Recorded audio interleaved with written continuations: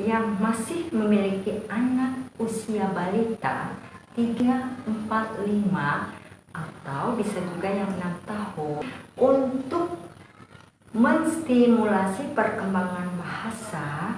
Nah, kita sebagai orang tua ya, sebagai seorang ibu bisa membantu memberikan stimulasi perkembangan bahasa anak dengan selalu membacakan buku-buku cerita.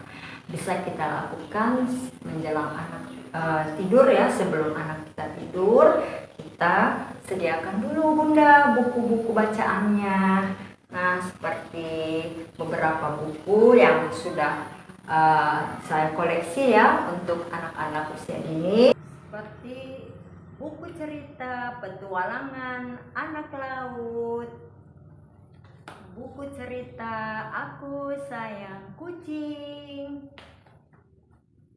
buku cerita Todi dan Semut, cerita tentang kisah Nabi Isa alaihissalam.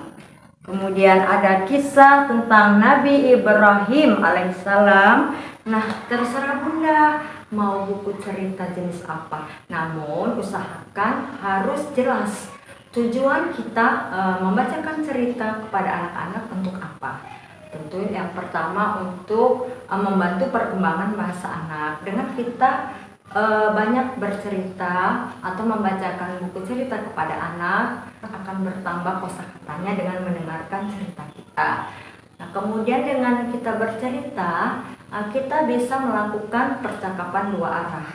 Setelah selesai kita bercerita, kita bisa memancing anak untuk menyebutkan kosakata yang baru didengar.